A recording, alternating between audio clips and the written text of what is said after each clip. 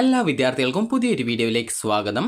ഈ വർഷത്തെ +1 higher secondary, vocational higher secondary first year say or improvement compartment വിഭാഗം പരീക്ഷാഫലം പ്രസിദ്ധീകരിച്ചു.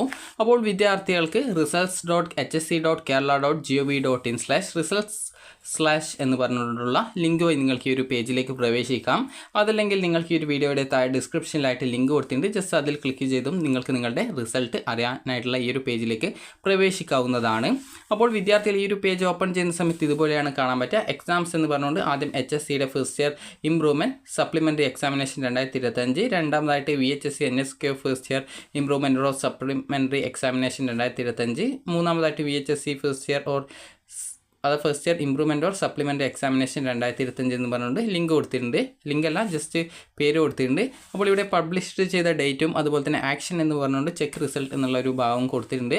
അപ്പോൾ നിങ്ങൾ ചെയ്യേണ്ടത്, നിങ്ങൾ HSC ആണോ VHSC ആണോ VHSC NSQF ആണോ ഏതാണ് എന്നുള്ളതനുസരിച്ച് നിങ്ങൾ ചെക്ക് റിസൾട്ടിൽ ക്ലിക്ക് ചെയ്യുക. ഇതിൽ ഈ ഒരു ഫസ്റ്റ് ഇയറിലെ മാത്രം പരീക്ഷ എഴുതിയ കമ്പാർട്ട്മെൻറ്റ് വിഭാഗത്തിൻ്റെയും അതുപോലെ തന്നെ ഫസ്റ്റ് ഇയറിൽ പരീക്ഷ എഴുതിയിട്ടുണ്ടായിരുന്ന കമ്പാർട്ട്മെൻറ്റിൽ +2 പരീക്ഷ എഴുതിയ വിദ്യാർത്ഥികളുടെ ഫസ്റ്റ് ഇയർ ഈ ഒരു കമ്പാർട്ട്മെൻറ്റ് വിഭാഗം റിസൾട്ടും വന്നിട്ടുണ്ട്.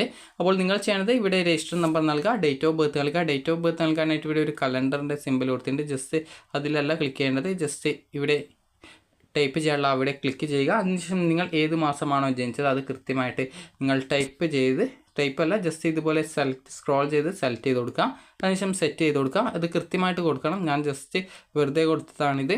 അപ്പോൾ അതിനുശേഷം നിങ്ങൾക്ക് ഇവിടെ ഒരു ക്യാപ്ച എന്ന് പറഞ്ഞുകൊണ്ട് ഒരു കുറച്ച് അക്ഷരം വരും. അത് കൃത്യമായിട്ട് കാണുന്നില്ലെങ്കിൽ ഇവിടെയുള്ള ഒരു ജസ്റ്റ് ഒരു എയറോ സിമ്പിൾ റൗണ്ടിൽ ഇട്ടിട്ടുള്ള അതായത് റിഫ്രഷ് ബട്ടൺ ഉണ്ട്. അപ്പോൾ ജസ്റ്റ് അതിൽ ക്ലിക്ക് ചെയ്യുക.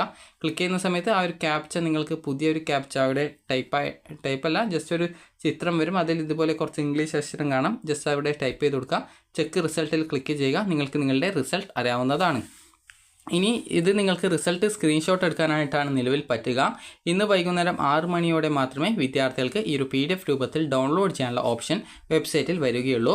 അപ്പോൾ നിങ്ങൾക്ക് ഈ ഒരു വീഡിയോ ഉപകാരപ്രദമായിട്ടുണ്ടെങ്കിൽ ലൈക്ക് ചെയ്യുക, ഷെയർ ചെയ്യുക. Thank you for watching.